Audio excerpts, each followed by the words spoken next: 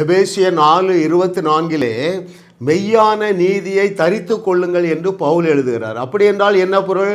மெய்யான நீதி என்று ஒன்று இருந்தால் பொய்யான நீதி என்று ஒன்று இருக்கிறது. அது எது தெரியுமா? பொய்யான நீதி நம்முடைய பிரயாசத்தினாலே அல்லது நம்முடைய பரிசுத்தத்தினாலே வருவது பொய்யான நீதி. விசுவாசத்தினாலே நாம் பெற்றுக்கொண்டு உள்ளது மெய்யான நீதி.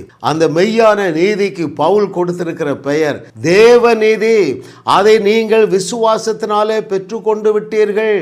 என்றைக்கு விசுவாசத்தினாலே நீங்கள் மறுபடி பிறந்தீர்களோ அன்றைக்கு அருமையானவர்களே தெரிந்து கொள்ளுங்கள், நீங்கள் முற்றிலுமாக நீதிமான்கள் ஆக்கப்பட்டு இருக்கிறீர்கள் என்பதை நான் அறிந்து கொண்டேன். பாருங்கள், அந்த அறிவு எனக்கு வந்தது பாருங்க.